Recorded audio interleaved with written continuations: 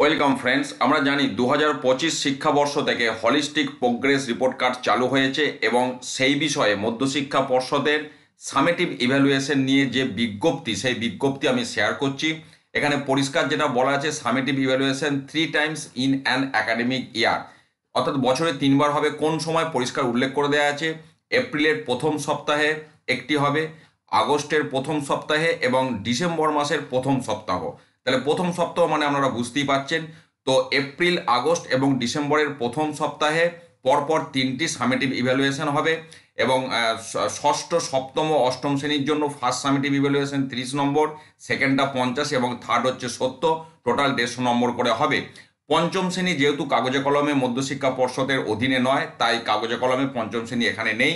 শুধুমাত্র ষষ্ঠ, সপ্তম, অষ্টমের কথা বলা হয়েছে, তার কারণ হলিস্টিক প্রোগ্রেস রিপোর্ট কার্ড অষ্টম শ্রেণী পর্যন্ত প্রযোজ্য, তাই এক্ষেত্রে নবম দশমটাও মানে এই ফ্রেমেতে নেই।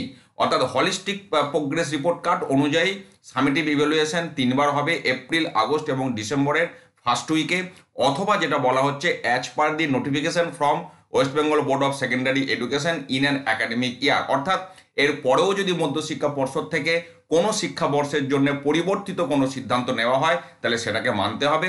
নাহলে এই যে বিজ্ঞপ্তি মধ্যশিক্ষা পর্ষদের, এই বিজ্ঞপ্তি অনুযায়ী কিন্তু 3টি সামেটিভ ইভ্যালুয়েশন হবে। আপাতত 2025 শিক্ষাবর্ষের কথা আমি বলছি।